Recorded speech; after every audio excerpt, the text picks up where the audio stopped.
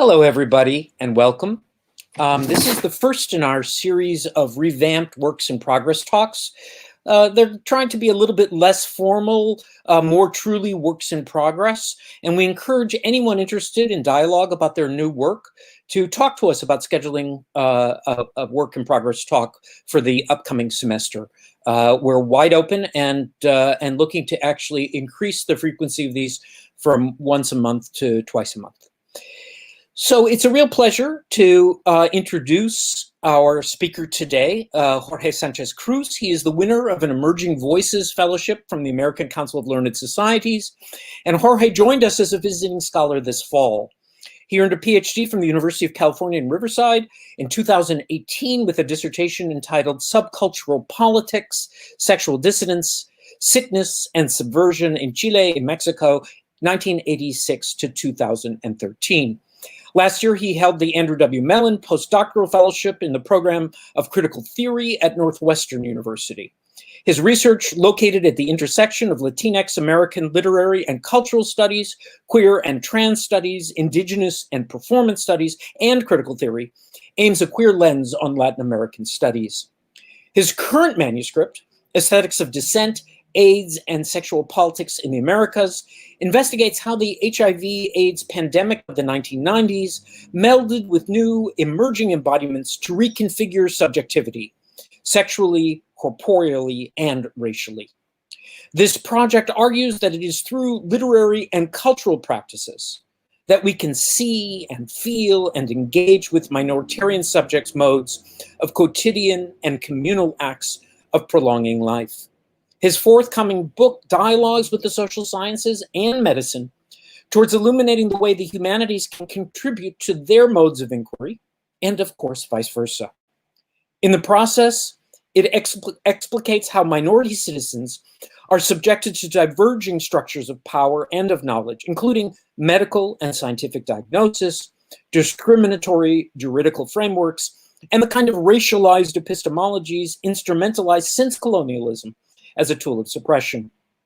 Jorge, in fact, will teach a course next semester in concert with our friends in Latin American Studies on Tuesday and Thursday afternoons called Latin American Queer Critique, and today's talk is entitled Debility, Negative Affect, Mobility, Undocu-Queer Aesthetics, and the Right to Thrive. Please join me in welcoming Jorge Sánchez Cruz. Thank you, Jonathan, for the great introduction.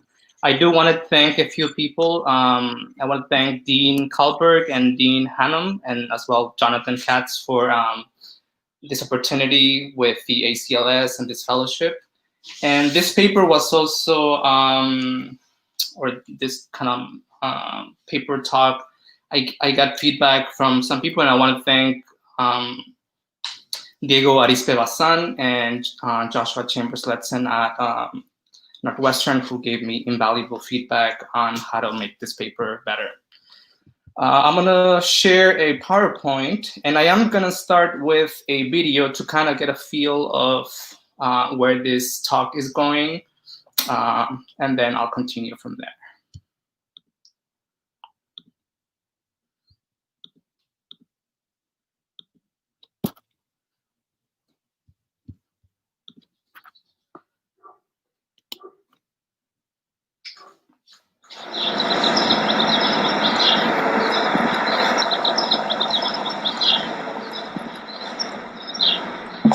I love my undocumented people.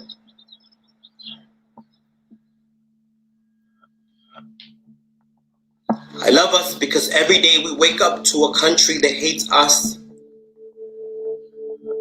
We wake up, give thanks to God, and go to work.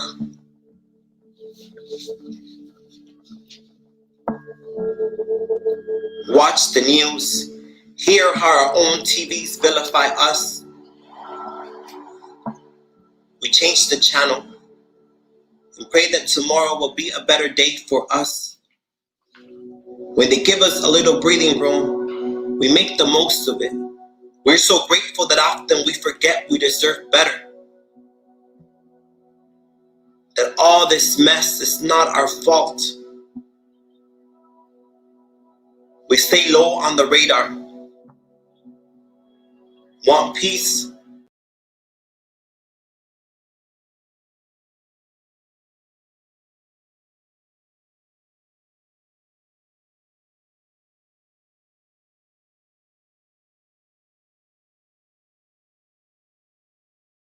Addicted to exploiting the poor. I love my undocumented people because the way our spirits are toyed with, you need some unfathomable strength. I love us because we have constantly had to prove our humanity and constantly done it beautifully.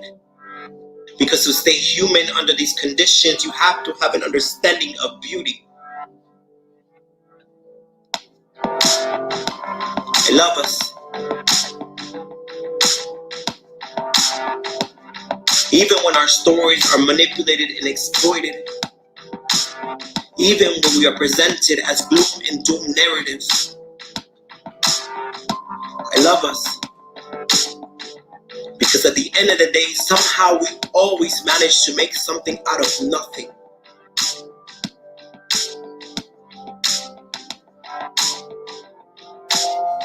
I love my undocumented people because being undocumented is not political, it's not physical, it is a condition created to keep us from smiling. But look at us, thriving.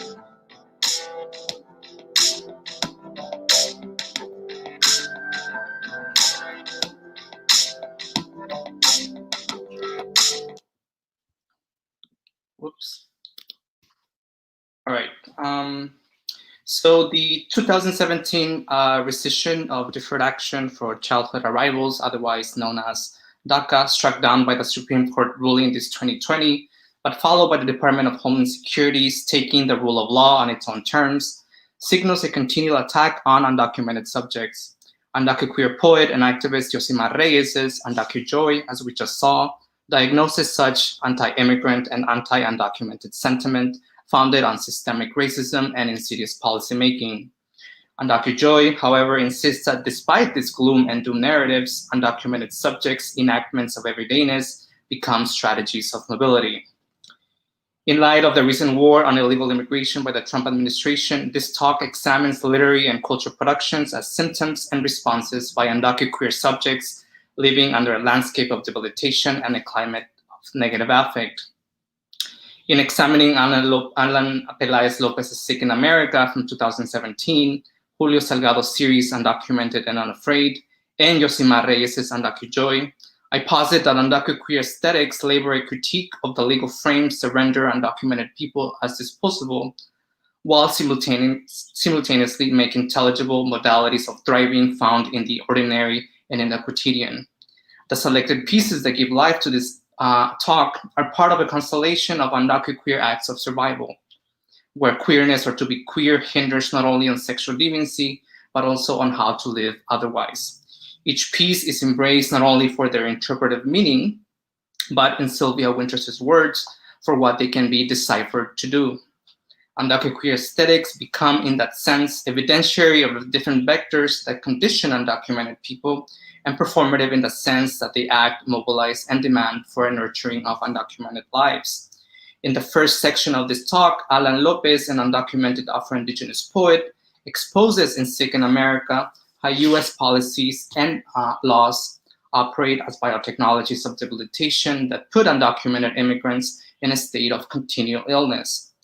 In the second section, Julio Salgado, a documented artist and co-founder of Dreamers Adrift, attends in his 10-year pictorial project how negative affect and feelings of non-belonging have construed undocumented queer subjects as a national excess. In the final section, I turn to Yosimar Reyes's Undocu-Joy to address how, in spite of tactics of debilitation, both structural and affective undocumented subjects' gestures of thriving deflect anti-undocumented sentiment. Anterior then to the cancellation of DACA, the same year, in 2017, the executive order titled Enhancing Public Safety in the United States, or in the interior of the United States, vilified the undocumented population as possible national threats, putting at stake their access to the already limited federal resources available to them.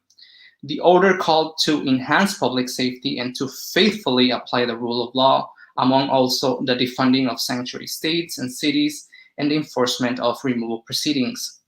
These orders on one side have criminalized the undocumented, resulting in the proliferation of negative affect, fear and hatred, for instance, and on the other has put their state of debility at ease of intensification. My engagement with negative affect comes in conversation with queer of color critique, as well as queer studies in general, and a study of affect and the feelings of non-belonging. I conjure Jose Esteban Muñoz's contention of brownness is feeling off as a shared and transmitted feeling to unveil the affective distress caused by processes of debilitation. My adoption of debility, thus, is rooted in Jasper Puar's recent intervention regarding biopolitics disability capacity, showing how debility is an ongoing condition of vulnerability for many undocumented immigrants. Debility, as I will show, is conjoined to negative affect. The former initiated and deployed through policies, laws, and memorandums, while the latter is its effect, moved and disseminated through different objects.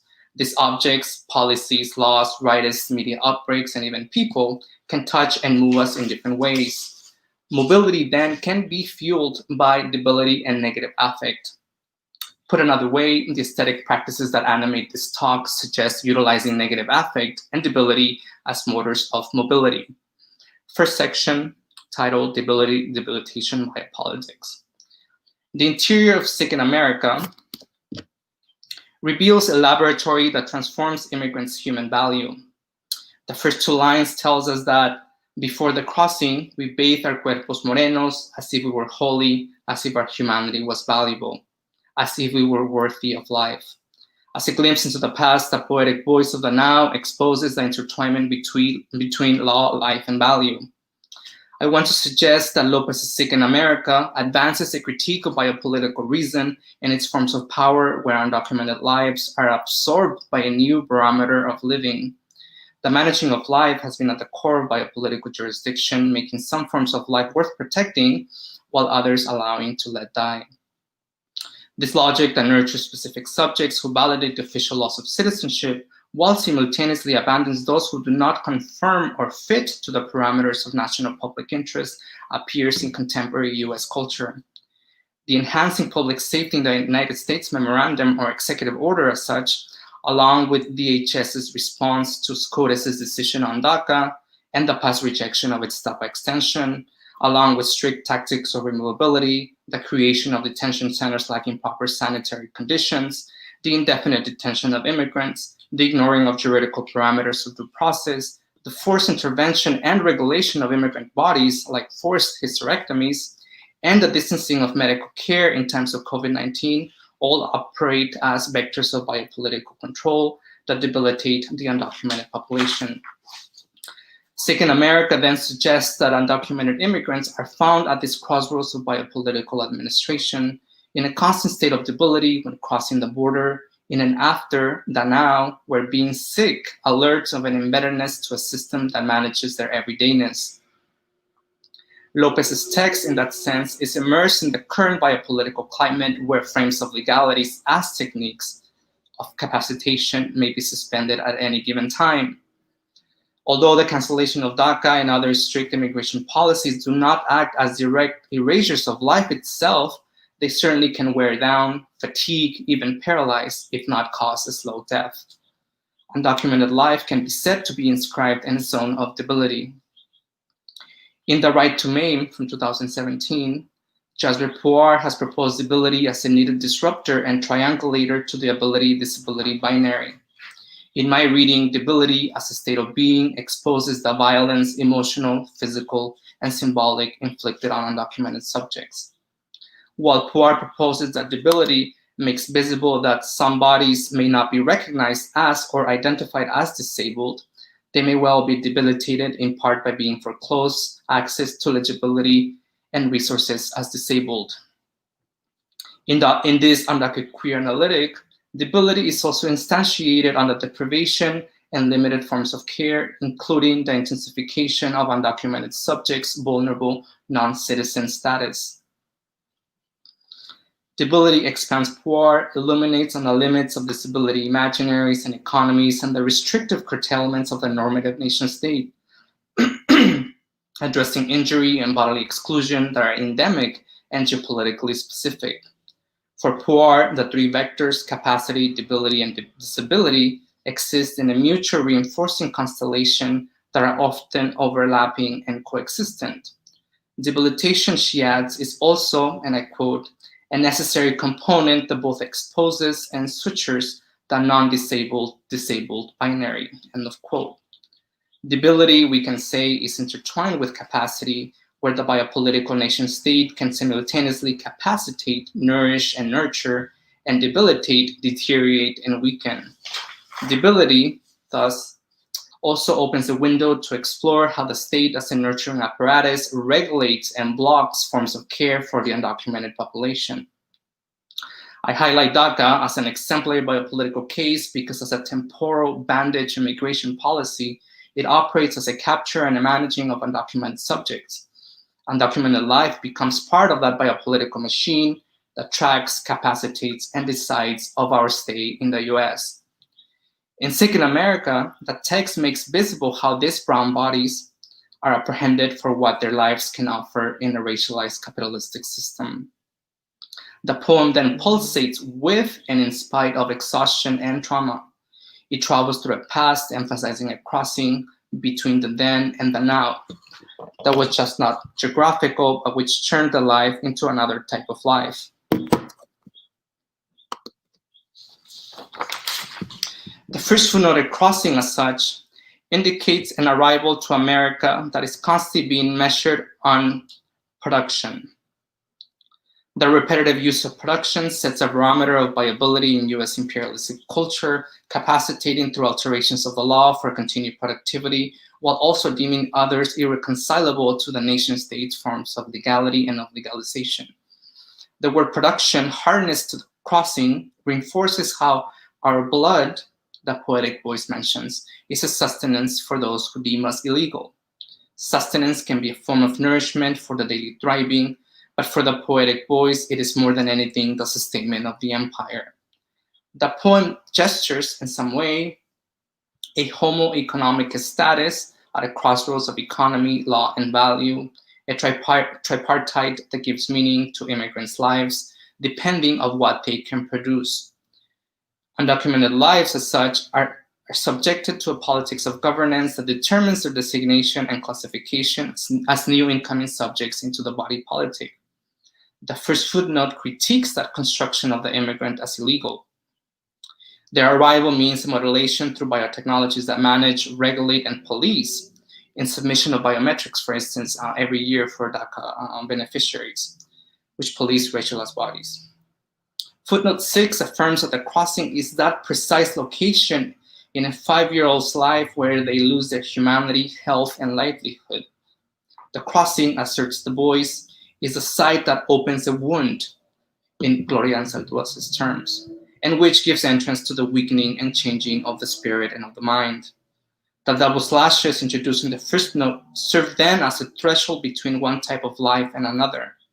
The slashes inaugurate the transformation of undocumented lives, a churn of the self and of the brown body that end up being corrupted, becoming unholy by this tripartite that governs the bios of its non-citizens.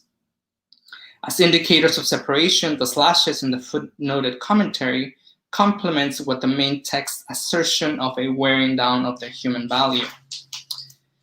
Avoidance of their holiness and dispossession of their past and of their connection to the lands of their ancestors, to be on the side merely bodies and quantifiable stored data for neoliberalist exploitation. These cuerpos morenos, or brown bodies, are no longer bathed in the holiness of their motherlands, but immersed in flows of white nationalist standards of visibility. The waters that these cuerpos now occupy, in Lopez's poetic rhythm, have devalued them of their humanity. The ongoing slashes, hence, are not just aesthetic markers founded in the footnoted commentary, but also symbolic acts of violence enacted of undocumented immigrants. The slashes as borders and as repercussions of crossing them represent material injuries affecting the presence of immigrant in the US. The corporeal and psychic violence results in an emotional exhaustion that has paralyzed the memory sensorium, making it impossible to remember how life was before the crossing. The body of the poem asserts an eerie amnesia that disallows the cuerpo moreno, the migrant, the undocumented, the refugee, the asylum seeker, to feel and sense a humanely past, but which feels in the now aftershocks of post-traumatic stress disorder. The poetic voice in the here is haunted by self-interrogations on how do I tell myself if I had a childhood, if at the age of 5 I'm a fugitive of the law. That is in the body of the poem. This self-questioning is followed by the last footnote that tells that being American for the undocumented immigrant means being forever sick. Sickness as an ongoing state of debility. That forever sick is also a poetic ellipsis that interpolates the reader to read and feel the weakening of their humanity, and which also hopes and longs to someday be American. The poem unveils at its both ends, in its body and in its footnotes, a speculative gesture of what the future can be. A decriminalized and untraumatized 5-year-old in our present, in the now. Sick in America unbolts the very possibility for reparative modes of visualizing immigrant experiences. How can we be in proximity with or see the undocumented amidst narratives and laws that debilitate them? If the illness of being at the side of the border can have negative effects, what forms of reparation can we offer? A repetitive reading through negativity or negative affect and its residues or failure can perhaps unbind the undocumented from dominant regimes of being. Second section, negative affect, negative feelings. Lopez's poem sets the tone for a regenerative or generative reading through failure. The ability or the inability to reproduce heteronormative structures of citizenship.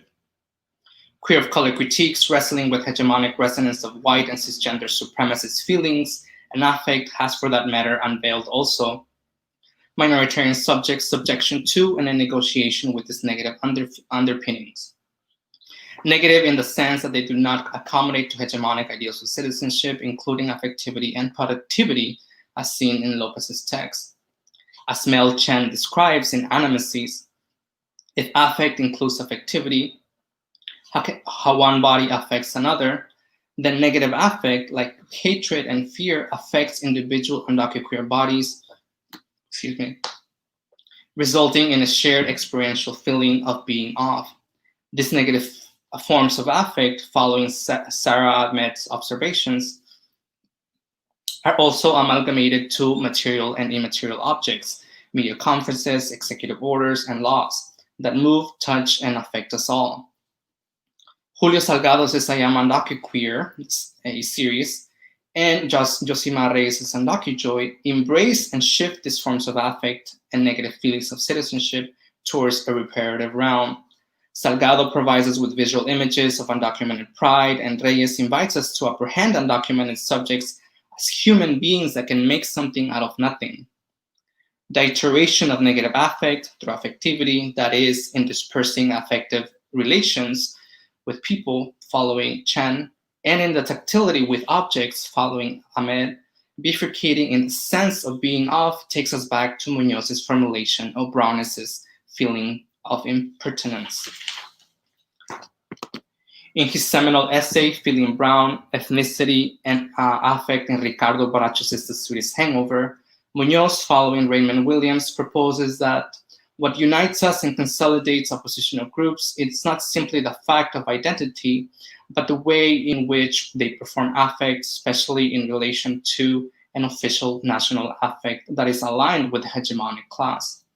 Muñoz tells us that if the national affect is predominantly associated with protocols of citizenship and national legislation often affirming whiteness, feeling brown means being outside the parameters of national citizenship that affirm white class middle class subjectivities.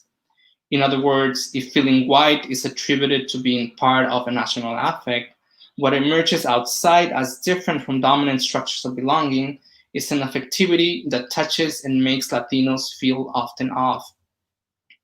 Thus, feeling brown, Muñoz affirms, can be said to be off-white. Indeed, he follows, and I cite, the failure of Latino affect in relation to hegemonic protocols of North American comportment revolves around an understanding of a Latina or Latino as an effective excess. End of quote. Muñoz's undertaking of the feeling of brownness is a timely optic to visualize contemporary discourse and rhetoric associated with the aberration of undocumented lives. My take on Muñoz's theorization of feeling off is predicated on how the debilitation of undocumented peoples goes hand in hand with hegemonic ideals of feeling white, a feeling associated with negative affect. Negative affect, thus, is part of a systemic racism that conditions minoritarian subjects. Fear and hatred in specific are bursting vectors of affectivity moving around and against undocumented peoples.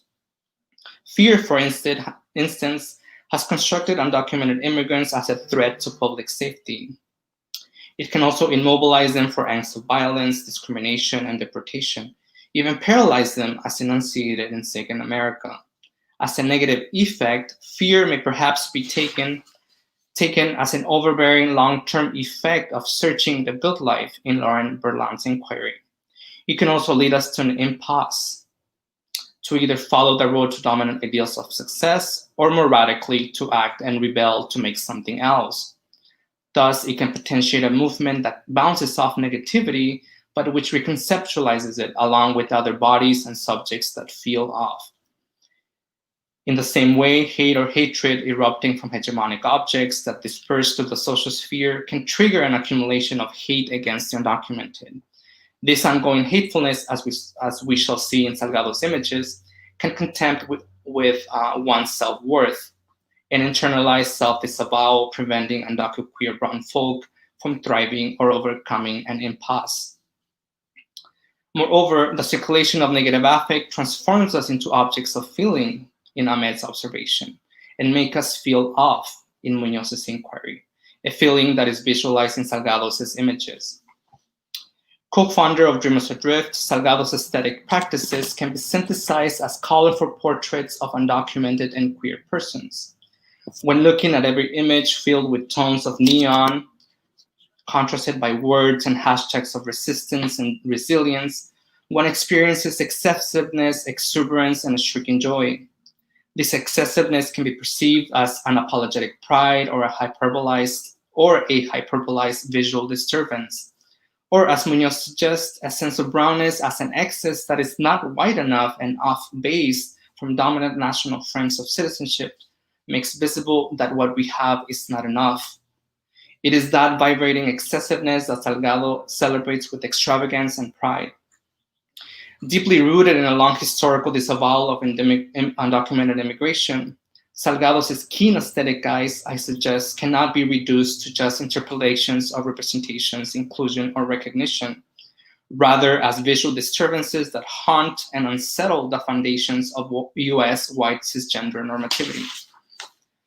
Contextualized under narratives and policies around illegal immigration of the century, Salgado's pieces on one side act as a motion of activism anchored on the idea that excessive embodiments are repudiated precisely for exceeding corporeally and affectively the parameters of national normative exceptionality.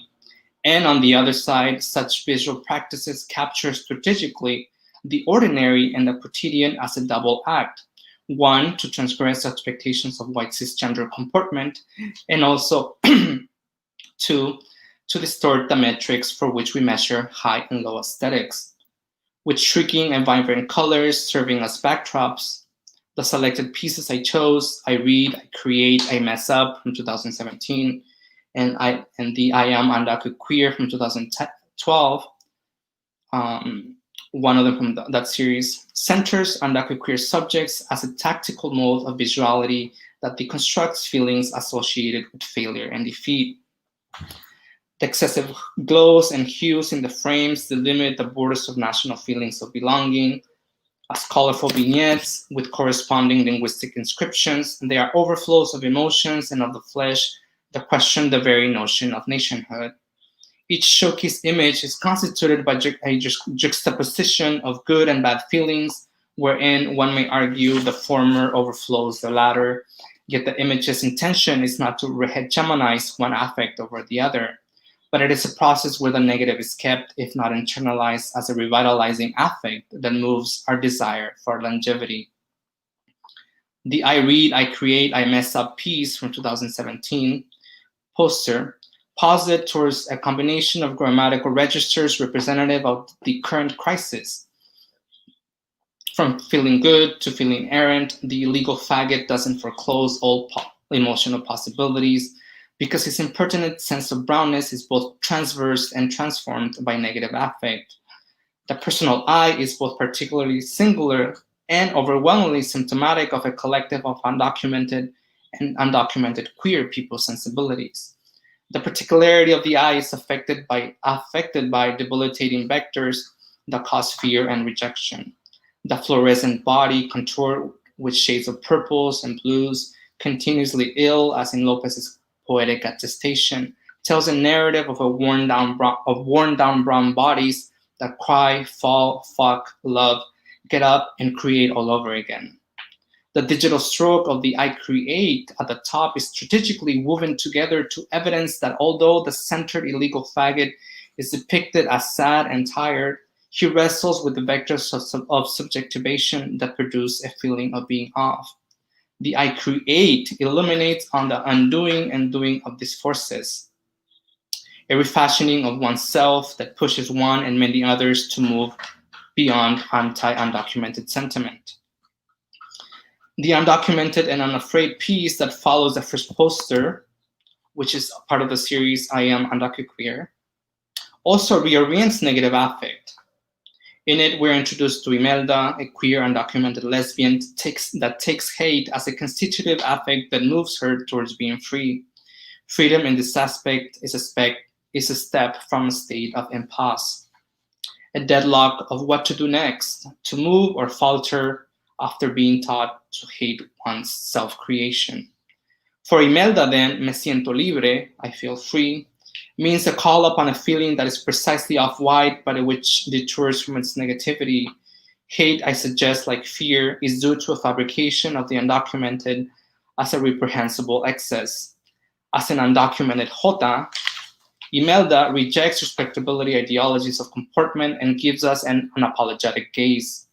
If for Imelda to be queer and undocumented signified a double negation produced by normative ideals, that is, where lesbianism and being undocumented is both an objection and a form of terror, the image punctures the failures of democracy and its discourse of liberalism and inclusion. Thus, the image mirrors Trumpism's rhetoric of fear, escalating to a level that makes illegal immigration a form of terror cohabiting and entering the social body. The recent trajectory of the immigrant caravan from the Latin American South exemplifies how Trumpism developed a tactic of warfare discursively and effectively against illegal immigration moving to the North. In that respect, if a call of cleansing of American lands entails deploying tactics of deportability and violent removability, Salgado taunts the same logic of removal by bringing to the forefront Undocu-Queer faces. As unwanted foreigners, these pictorial faces of illegality resonate with what Deb Vargas has coined as lo sucio, a marker for surplus populations that are too dirty or filthy, including too poor, too brown, or too black.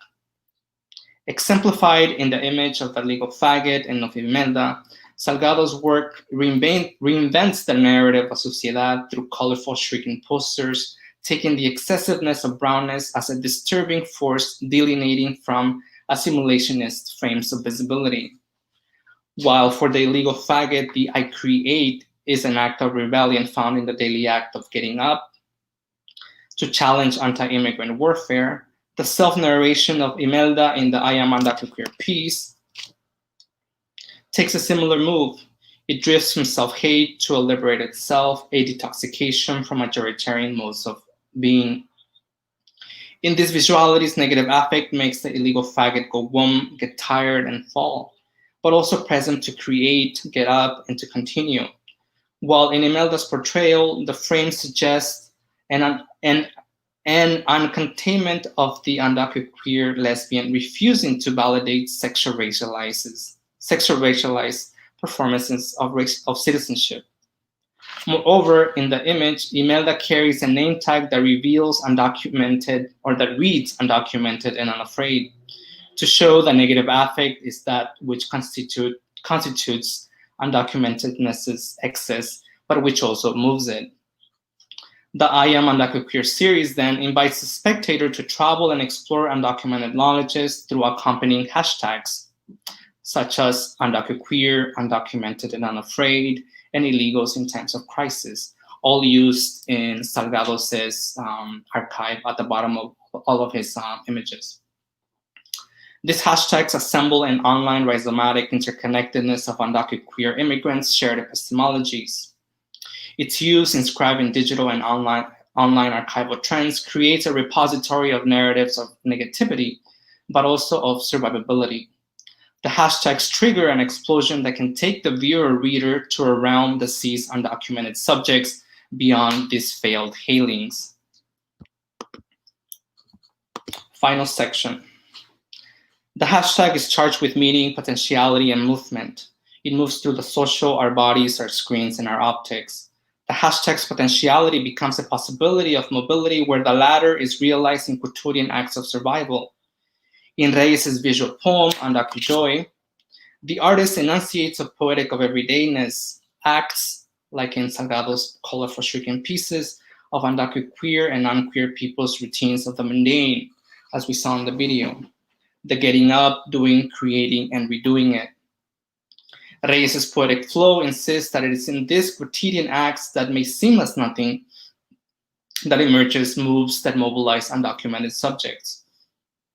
In The Transmission of Brownness, or the entire title, Chico, What Does It Feel to Be a Problem? The Transmission of Brownness from 2007, Muñoz has taught us that Latino populations are collectively mobilized by the very negative forces that haunt their state of being. Brownness's feeling of being off radiates thus in the Undocu-Queer spaces, bodies, and aesthetic practices, as well as in their daily maneuvers of being otherwise in the present. In that vein, despite a persistent abuse of the rule of law to furtherly debilitate undocumented lives, Reyes' Undocu-Joy immerses its viewers in undocumented subjects' intimate routines. Although the vibrant lyricism makes no reference to mobility, the word itself, it is my contention, however, that the moving image takes us to see, feel, and be apprehended to mobility realized in the everyday negotiations between the private and the public, the marginal and the dominant. In my reading, Undocu-Queerness's everydayness is trained, but also transformed by debilitation and negative affect, vectors of subjection and subjugation that can maximize a persistent state of vulnerability. Furthermore, if for Ahmed, and I quote her, the circulation of objects of emotion involves a transformation of others into objects of feeling, end of quote. For Muñoz, the shared experience of feeling off can also make us embark on other means of thriving, deflecting a circulation of objects contaminated by repressive and dominant forms of power and of affect. Negative affect, as I have shown, affects people in different ways. It transforms us. This transformation also energizes individual and collective mobility. Lauren Berlant will suggest that, shaped by crisis, we develop skills or adjusting to newly proliferating pressures to scramble for modes of living on. So part of the Define American project, Undocu-Joy, directs our senses to the localized marginalization of minoritized undocu entities. The site calls for the undocumented community to share their stories of joy and resistance using the Undocu-Joy hashtag. In the video, Reyes' vibrant lyricism guides an interscalar storyline contrasting a scale of national panorama with different individualized lived localities of the undocumented subject. Undocu-Joy can be thought then as an extension of exhaustion, physical and emotional, that emphasizes a positive form of affect. This joy, though, is not a product, affirmation, or validation of assimilationist standards of citizenship, rather a joy of finding alternative world-making acts energized by the same stories that manipulate the representations of undocumented through the media and the law. Since these stories portray undocumented subjects as doomed narratives that keep us from smiling, according to the transcription as well, undocumented peoples gravitate as a dissonant mobility, at odds with hegemony and in movement as in the reel of the clip. That's REEL. The cultural dissonance of the video indicates an incommensurability of the undocumented to the North American legal frames that fantasize a white cisgender normativity. Each undocumented subject with its own flow and particularity utilizes a modality of mobility, resonating with Salgado's illegal faggots and Imelda's activities of falling, struggling, and creating. The movement of the camera shows undocumented people's routines as pressing acts of longing for a better life. It is there in the ordinary where undocumented people find their joy. Mobility, then, is a way of living, a practicing of hustling, struggling, and enduring anti-undocumented sentiment. Endurance here appears as a finding relational ways to re-inhabiting the world. Mobility henceforth is a daily thriving for livability, rooted not on the attraction for social mobility, where attaining the good life means reaching the so-called American dream, nor on hegemonic whiteness's modes of success and on citizenship, rather asserted in the day-to-day gestures, and on how Reyes testifies that at the end of the day, somehow we manage to do something out of nothing. This nothingness is a social, affective, and juridical expulsion that limits and prevents undocumented people from thriving. In this nothingness, undocumented life is at a vulnerable positionality where the state of debility can be potentially intensified. Through what could be a mere space of nothingness shaped by biopolitical administration and an ensuing proliferation of negativity, Undocu-Queer life recalibrates itself for a yet to arrive. The poem maneuvers its own ending by enunciating, but look at us thriving. By ending in the gerund, in the present progressive, the poem holds on to a continuous act of searching for a yet to come imbricated on the possibility of expansive modes of care. The right to thrive, as such, ventures on the impossibility of being deterred, or on the yielding of ideological apparatuses of extraction, deportation, and expulsion. A negotiation in the everyday. Undocu-Joy's phraseology, as such, moves with the camera and with undocumentedness, affective and corporeal fortitude, a movement of the real interpolating the audience, the reader, to also move and mobilize along. Thank you. Lovely. Thank you, Jorge. We have some time for questions, but before we get into that, I first wanted to just mention that on October 8th, less than a week away, we have a program called Cis Uprising, and it's a conceptual Black spectacle on COVID and the protests, the interwoven legacies of race, gender, sexuality, and Black queer artistic insurgency. It's been supported by the Sachs Fund, and it's with Ariane Wilkinson and Ricardo Bracho, our own visiting. So please think about attending that October 8th from 5 to 7. So we're open to questions for Jorge, and you can submit them via text.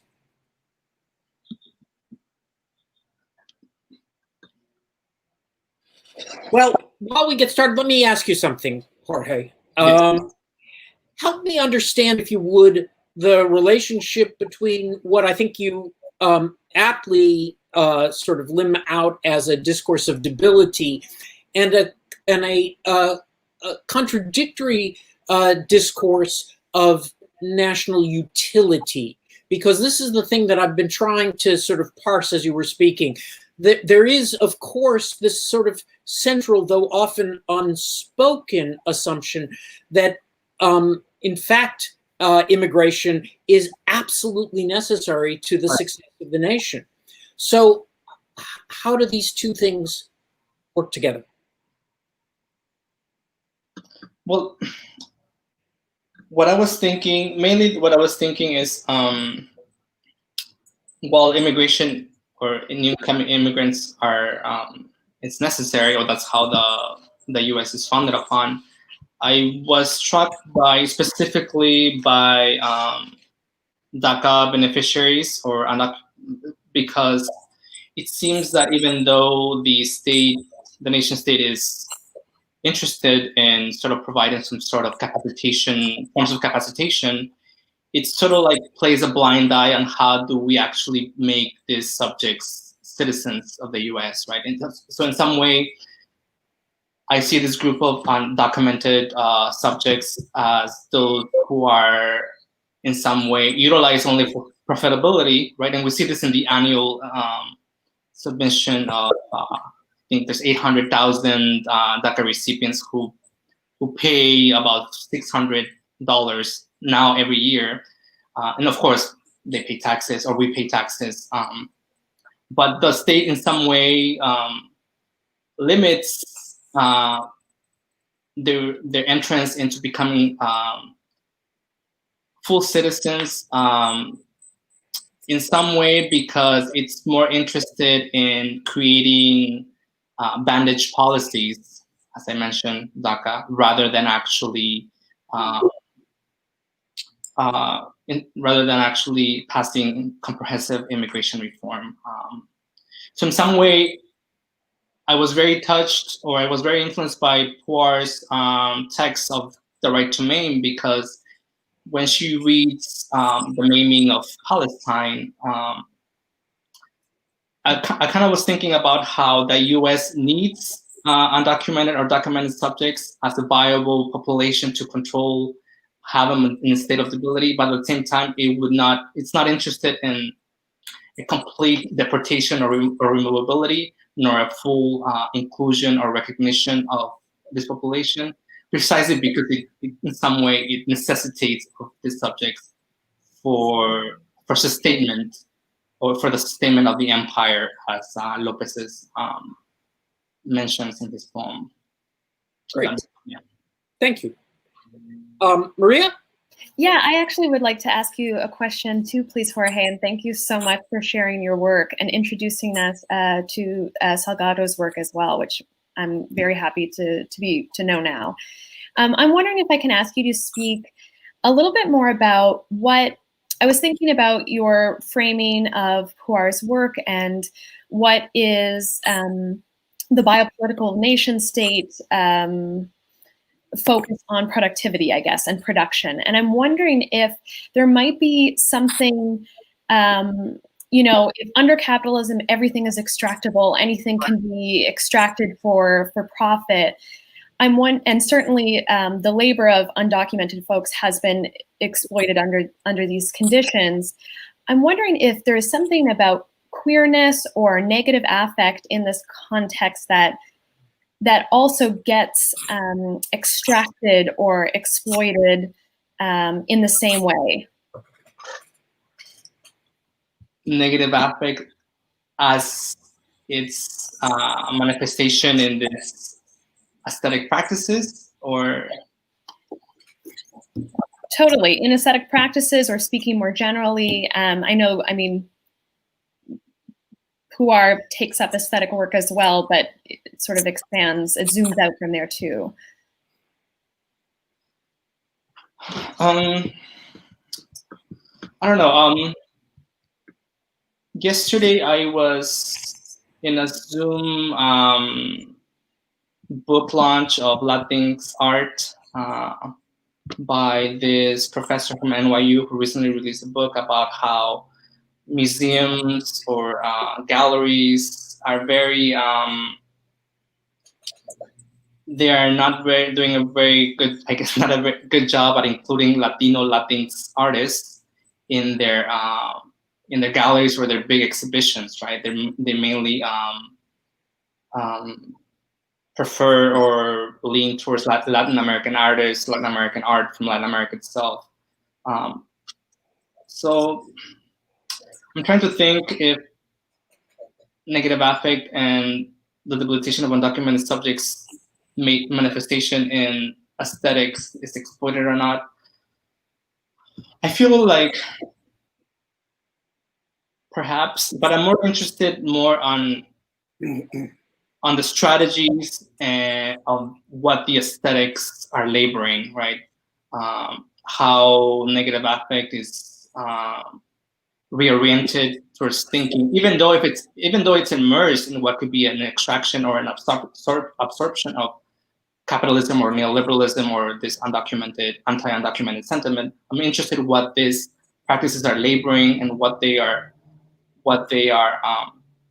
practicing and demanding, right? Not only are they exposing all these arbitrary laws of citizenship or exclusion, but they're also showing us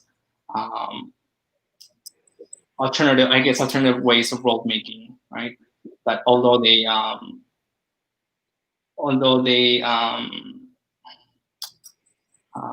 some artists have become very popular, I'm interested in how they are exposing this, but at the same time, they are directing our attentions, right, to minoritarian ways of prolonging undocumented life. Good. Thank you. Do we have any other questions? Maria, has anything come in? Not yet. Well, then, as we're approaching 1 o'clock, I think we'll end things with a thanks to Jorge, and to just announce that our next work in progress talk is coming up on November 6th with our own Pilar, Servants of Production, Politics of Domestic Workers' Labor Rights. Please join us November 6th at noon for our next Works in Progress talk. Thank you, and thank you, Jorge. Bye-bye.